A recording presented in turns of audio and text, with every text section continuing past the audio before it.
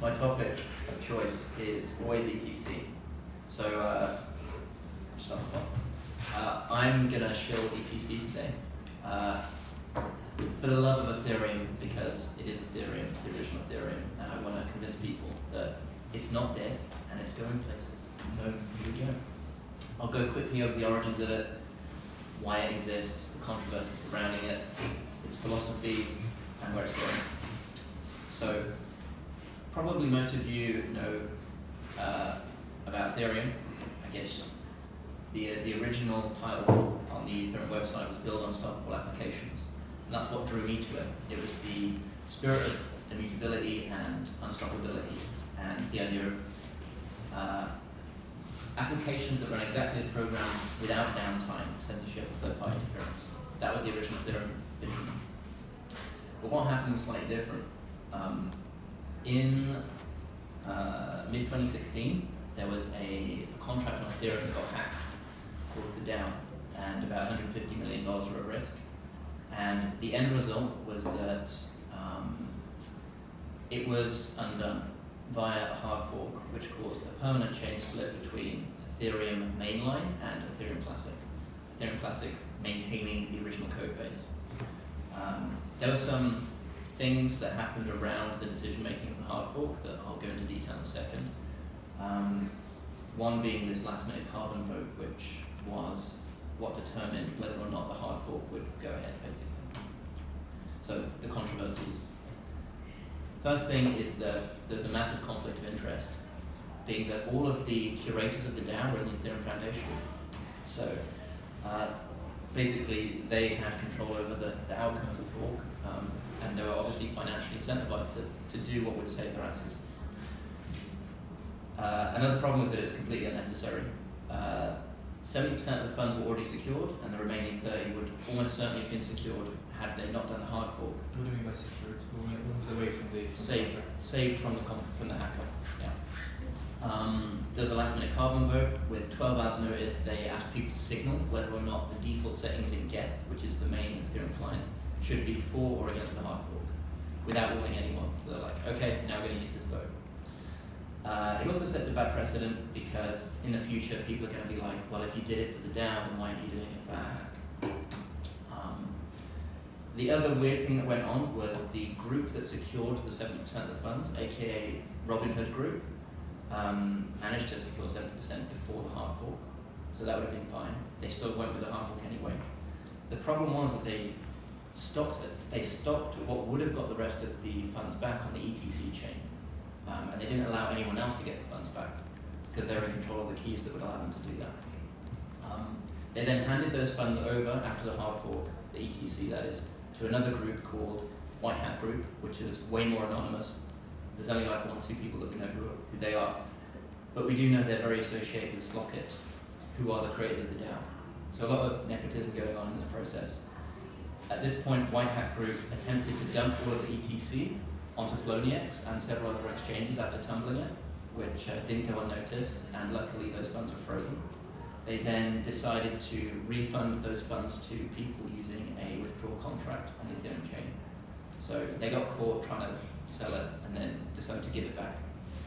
And as of today, there's still over 1 million ETC in that withdrawal contract that people have not claimed.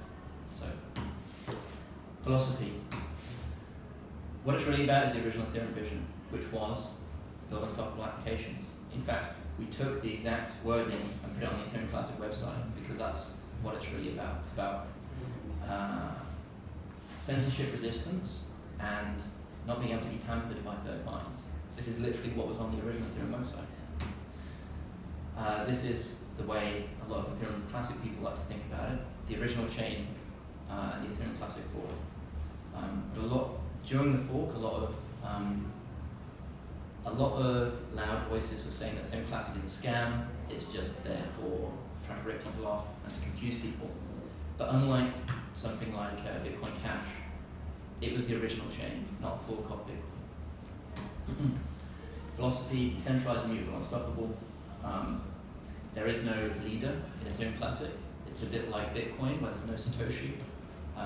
Well, Satoshi doesn't exist in Ethereum Classic. But with Ethereum, there's a foundation that can call the shots and do bad things like the hard fork.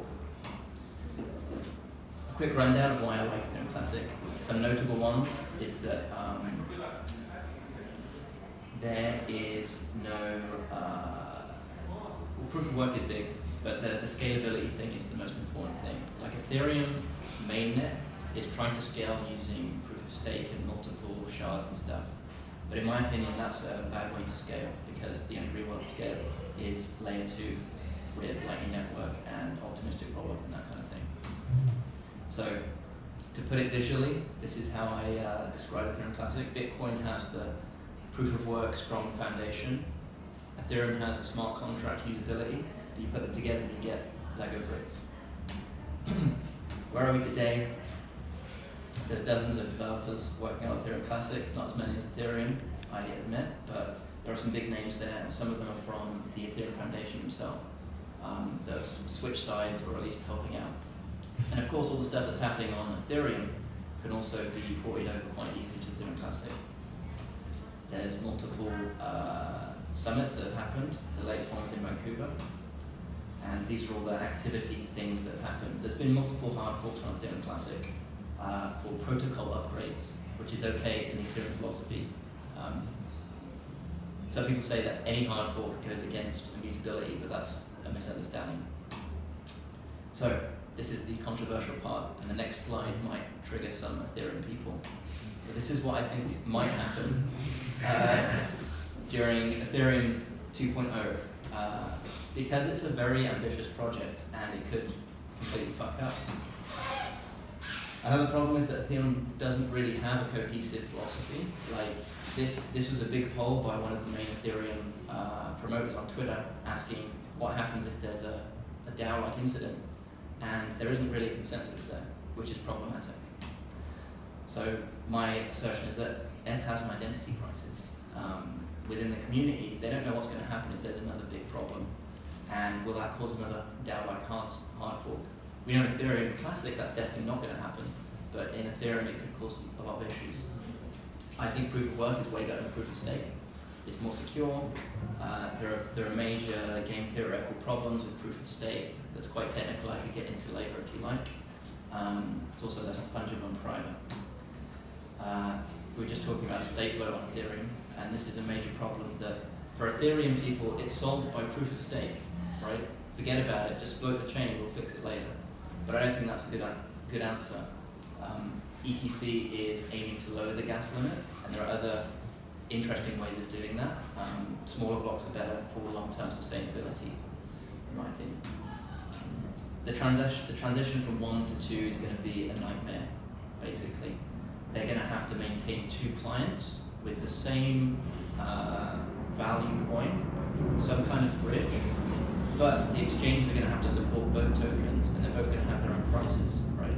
So how that works going forward, I'm not sure, but in my opinion, there's also an issue with like long-running contracts. So if today I locked in 100 ETH into a contract that I could get out in 10 years' time, they're going to have to support that for the next 10 years and somehow migrate that without being able to withdraw it. So, how do you do that? I don't know.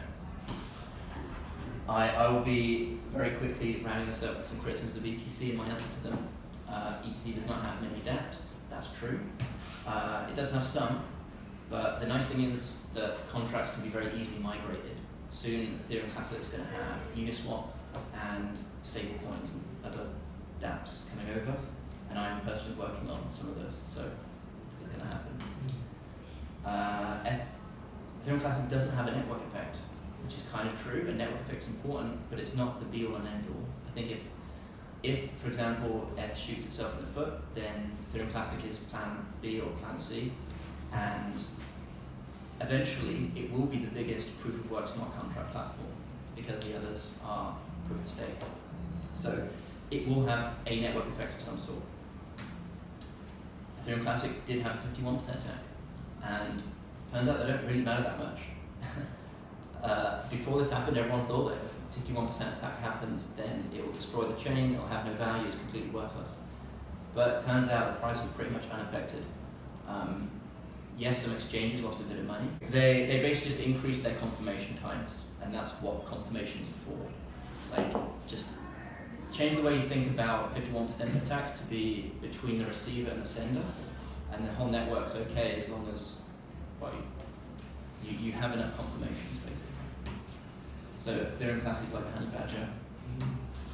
These are the things that are going to come, and that's it.